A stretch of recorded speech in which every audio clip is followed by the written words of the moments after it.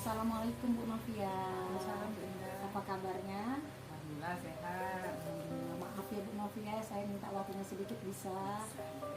Gini Bu Novi, saya kan dalam pendidikan ini kebetulan masuk ke dalam modul 3.1 dengan tema pengambilan keputusan bagi seorang pemimpin dengan menerapkan nilai-nilai kebajikan. Nah di sini ada beberapa pertanyaan yang akan saya ajukan sehubungan dengan kasus-kasus yang mungkin pernah Ibu Novia temukan di sekolah. Seperti yang kita ketahui Bu Novia, sekolah itu kan merupakan suatu institusi untuk menanamkan nilai-nilai kebajikan. Tentu Ibu Novia sebagai pimpinan pernah mengalami suatu dilema etika ataupun rujukan moral dalam menghadapi suatu permasalahan. Untuk itu boleh saya minta waktunya Ibu ya. Silakan Bu Indah. Yang pertama, pertanyaan saya mungkin begini Bu. Selama ini bagaimana Ibu dapat mengidentifikasi kasus-kasus yang merupakan dilema etika atau rujukan moral? Saya selama saya jadi pemimpin ini, kasus-kasus yang ada di sekolah biasanya saya identifikasi itu dengan melihat latar belakang dulu ya, latar belakang dalam lingkup pendidikan tadi, ya latar belakang mereka bagaimana, apa sedikit banyaknya saya tahu. Jadi apabila ada permasalahan di sekolah, dilema apa yang saya hadapin, saya bisa untuk mengidentifikasinya. Jadi saya tahu latar belakang mereka dulu. Jadi ibu mengidentifikasinya dengan mengetahui latar belakang yang Iya. menyebabkan masalah Betul. tersebut. Ya. Ibu. Kemudian yang kedua Bu, selama ini bagaimana Ibu menjalankan pengambilan keputusan di sekolah, terutama untuk kasus-kasus di mana ada dua kepentingan yang sama-sama benar atau sama-sama mengandung nilai kebajikan. Ya, tentu dalam dunia pendidikan, apalagi saya sebagai pimpinan di sekolah, pasti banyak dilema-dilema yang kita hadapin ya, mulai dari siswanya, wali muridnya, gurunya. Nah di sini terutama tentu sebagai pimpinan saya langsung bersangkutan dengan gurunya. Jadi di dalam menghadapi dilema-dilema atau kasus yang ada di sekolah, biasanya saya mengadakan komunikasi dua arah, ya misalnya saya memanggil mereka, mengkomunikasikan apa latar belakang begitu permasalahannya, kemudian apabila tidak ditemukan jalan keluar, saya akan memanggil misalnya guru-guru yang lain, atau tidak juga mungkin saya bisa berkomunikasi lagi atau berkolaborasi dalam forum atau mungkin kasusnya berat, kita tidak bisa untuk menyelesaikan, kita bisa berhubungan langsung dengan pemangku jabatan, misalnya dinas pendidikan dalam hal ini begitu. Berarti Ibu bisa saya simpulkan bahwa dalam pengambilan keputusan di sekolah Ibu tidak serta-merta menggunakan Ibu sebagai pimpinan keputusan sepihak Ibu saja, benar. tapi Ibu selalu melibatkan pihak-pihak yang terkait ya, benar komunikasi, identifikasi, kemudian kalau memang juga belum selesai Ibu membawanya lagi ke pihak-pihak yang memang lebih berkompeten gitu ya. Sehingga bisa dapat menyelesaikan kasus dilema tersebut, permasalahan tersebut. Keputusan yang terbaik ya Bu. Yang penting mungkin keputusan yang didapatkan itu memang harus keputusan yang berpihak pada murid atau kepentingan orang banyak ya. Harus pengaruh. Baik Bu. Kemudian langkah-langkah atau prosedur seperti apa yang biasanya Ibu lakukan? Ya itu tadi, tentu kita seperti yang Ibu Indah katakan tadi, kita tidak langsung memutuskan suatu masalah. Itu ada langkah-langkah awal. Awal tadi misalnya kita identifikasi permasalahan tersebut gitu. Tidak serta-merta kita langsung memutuskan, oh ini harus diputuskan tadi identifikasi, kemudian kita bisa komunikasi dua arah tadi, kemudian kolaborasi. Tentu kita ingin pemikiran-pemikiran dari yang lain sebagai masukan-masukan gitu, seperti itu. Luar biasa ya Bu ya, langkah-langkah yang Ibu tempuh tersebut, sehingga saya yakin keputusan ini mungkin sudah merupakan keputusan yang terbaik ya Bu. Kemudian hal-hal apa saja yang selama ini Ibu anggap efektif dalam pengambilan keputusan pada kasus-kasus dilema etika?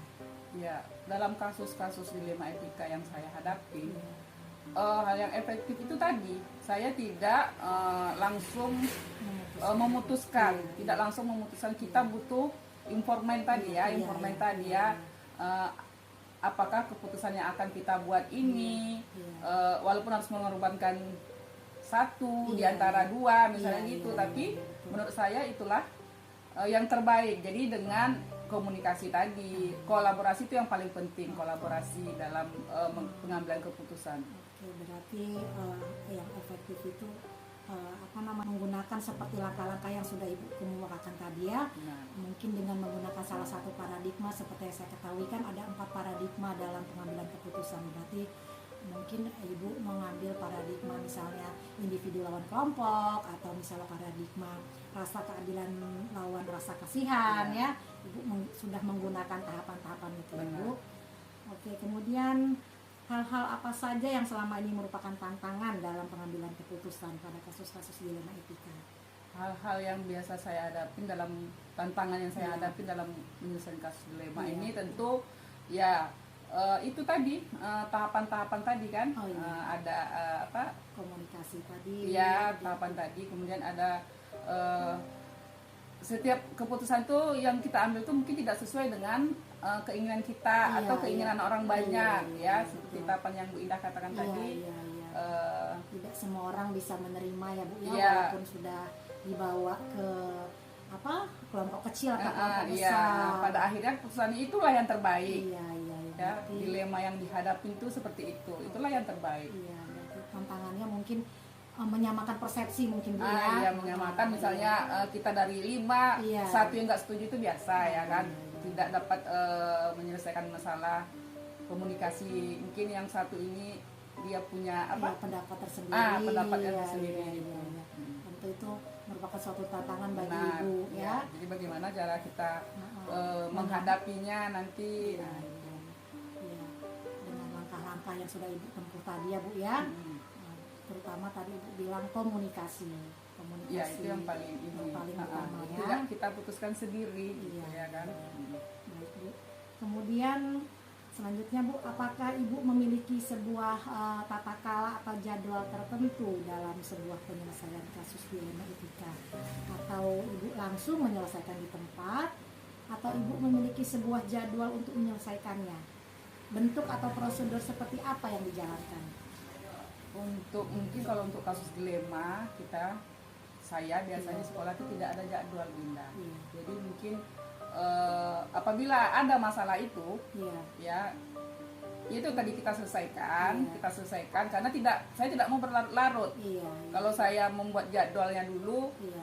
tentu ini harus kapan Iya. diselesaikan. Nah, paling Betul. tahapan-tahapan Iya, aja iya. tadi ya, komunikasi kita panggil Iya. yang Bersangkutan. kita panggil apa penyebabnya, apa bagaimana, saya tidak bisa memutuskan, Iya. kita lemparkan atau ke ini tadi ke forum tadi. Forum, iya. Jadi itu secara langsung saja kita selesaikan, Langsung karena diselesaikan. karena memang waktu saya mungkin bisalah untuk menyelesaikan permasalahan tersebut, Iya. ya untuk mengumpulkan forum Iya, misalnya. iya. Nah, apabila tidak selesai juga masalahnya, lebih berat lah masalahnya, Iya. langsung saja kita Ke yang bersangkutan dinas pendidikan Oh, iya. sebagai apa kita ya, pihak yang terkait, iya ya, terkait Bu, ya. yang berwenang dalam Iya. pendidikan kita gitu. Berarti kalau menemukan satu kasus dilema etika secepat mungkin Ibu selesaikan Iya. Bu, ya. Tidak mau berlarut Iya. gitu. Tentu dengan yang Ibu kemukakan tadi, Ibu panggil langsung orang atau pihak yang bersangkutan, kemudian mengkomunikasikan dua arah dulu ya Bu ya. Ya, itu pasti. Ya, kemudian jika tidak mendapat keputusan juga, Ibu menggunakan cara membawanya ke forum kecil dulu ya Bu ya. Forum kecil dulu, kemudian yang bisa saya tangkap juga tadi, jika juga tidak didapatkan keputusan, Ibu mengambil langkah atau prosedur membawanya lagi ke tingkatan yang lebih tinggi, Iya. seperti kita kan di bawah naungan dinas Benar, pendidikan. benar sekali. Oke Bu. Kemudian adakah seseorang atau faktor-faktor apa yang selama ini mempermudah atau membantu Ibu dalam pengambilan keputusan dalam kasus-kasus dilema etika? Biasanya sih saya di sekolah kita punya struktur ya. Struktur. Ada memang untuk guru-guru itu bagian-bagian yang Sebuah- difungsikan iya. apa sebagai apa Iya, gitu. iya, Misalnya ada tugas pokok, ya, selain tugas pokok tadi Iya, ya, iya, misalnya iya. dia mungkin bagian sarana atau Iya. prasarana atau wakil atau apa, jadi kurikulum ya. Iya, Jadi iya. di sana saya memang ada untuk sebagai apa ya?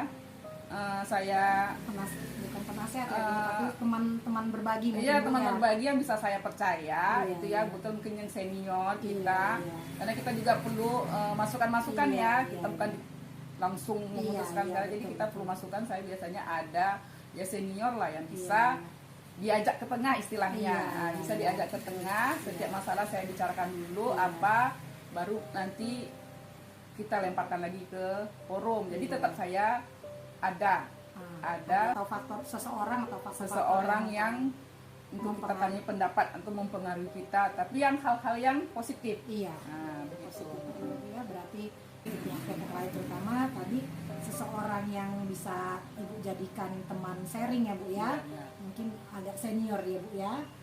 Iya, senior, kebetulan senior Jadi memang. itu sebelum Ibu bawa ke forum yang lebih besar ya Bu, Ibu terlebih dahulu mengkomunikasikannya dengan iya. beliau ya. Benar. Oke, Bu. Kemudian Bu, yang terakhir Bu, dari semua hal yang telah disampaikan tadi Bu, pelajaran apa yang dapat Ibu petik dari pengalaman Ibu mengambil keputusan dilema etika? Ya, banyak pelajaran yang bisa kita petik dari pengalaman-pengalaman tadi, Iya. bahwa sebenarnya segala sesuatu masalah dilema etika tadi, Iya. kita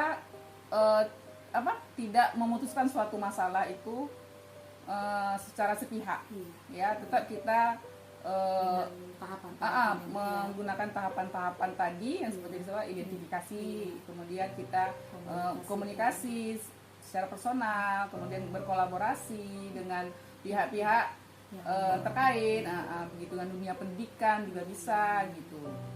Jadi mungkin seperti itu, Indah. Pembelajarannya ya berarti dalam keputusan Ibu selalu mengkomunikasikannya dengan pihak-pihak yang terkait. Jadi pembelajarannya yang dapat saya petik dari pemaparan Ibu adalah seperti itu tadi Bu ya, kolaborasi, komunikasi, kemudian tadi juga kerjasama dengan pihak-pihak lain.